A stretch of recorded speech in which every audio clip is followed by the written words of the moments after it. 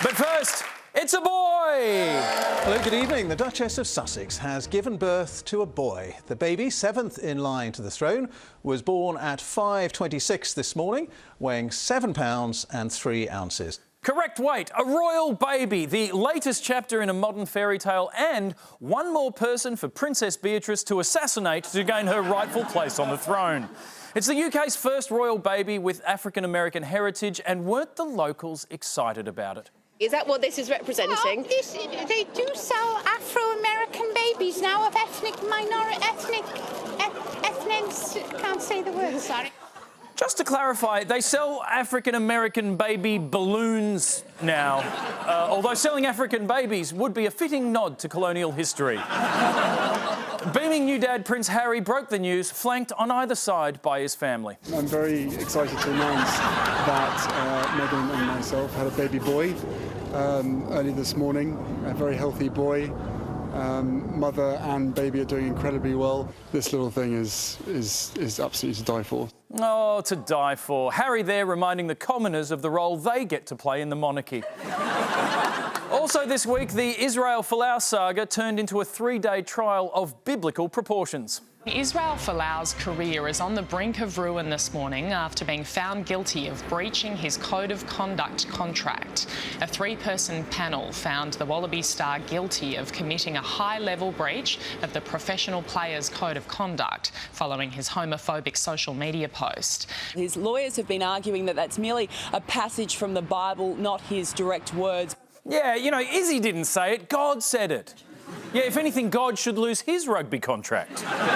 But this wasn't Izzy's first time condemning gay people online. Surely by now, Rugby Australia had made it clear that this sort of stuff was out of line. It turns out that he didn't give an actual formal commitment that he wouldn't post these things anymore. As part of the contract, there was no specific clause about Israel Folau's social media. No specific clause? That is unbelievable. They should have made it clear in words that he would understand. You know, honour thy employer and thy contract, thou shalt not troll the gays.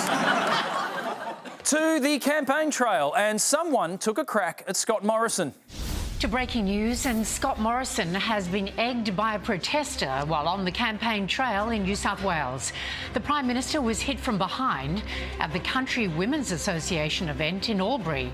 Yeah, you know, egging someone at a CWA event might seem like a great idea, actually. Out of sheer instinct, the women would add flour, baking powder and a stick of butter and make a Scott Morriscon.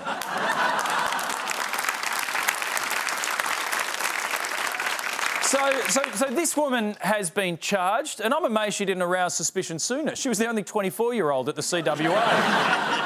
But still, the egging itself was a complete failure. He escaped mostly unscathed, with the egg failing to crack on impact. It grazed his head. He reached up to feel what had happened. The egg rolled away and actually didn't break.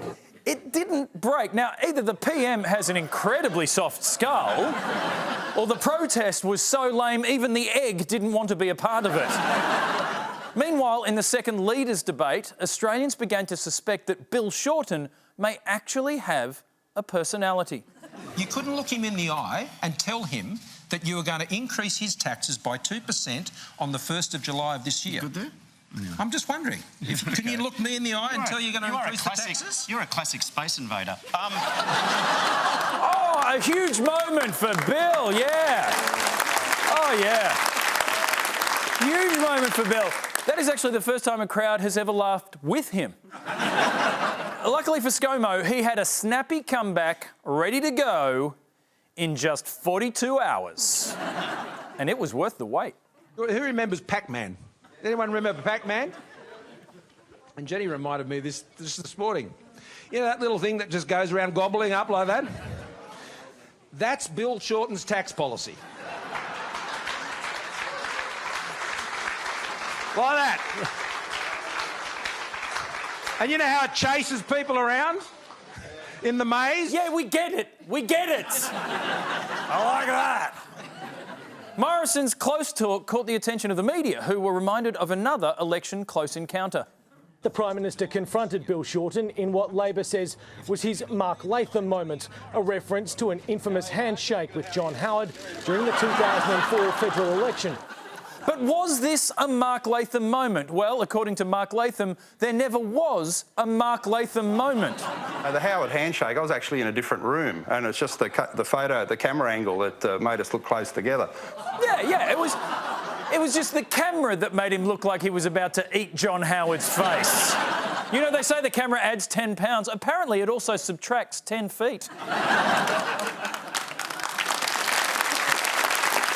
Also this week, Labor kicked off their campaign and they brought out the big guns. Julia Gillard and Kevin Rudd set aside their differences as Bill Shorten called in the big guns for Labor's official campaign launch. An orchestrated show of unity. Kevin Rudd and Julia Gillard. With Paul Keating, once bitter leadership rivals, reuniting for the man who helped make them and break them. Yes, it had all the excitement of a divorced family Christmas. You know, mum hates dad, dad hates mum, no one can believe that grandpa made it. But they're all putting on a brave face for the sake of their disappointing child, who, let's be honest, was the reason that they broke up in the first place.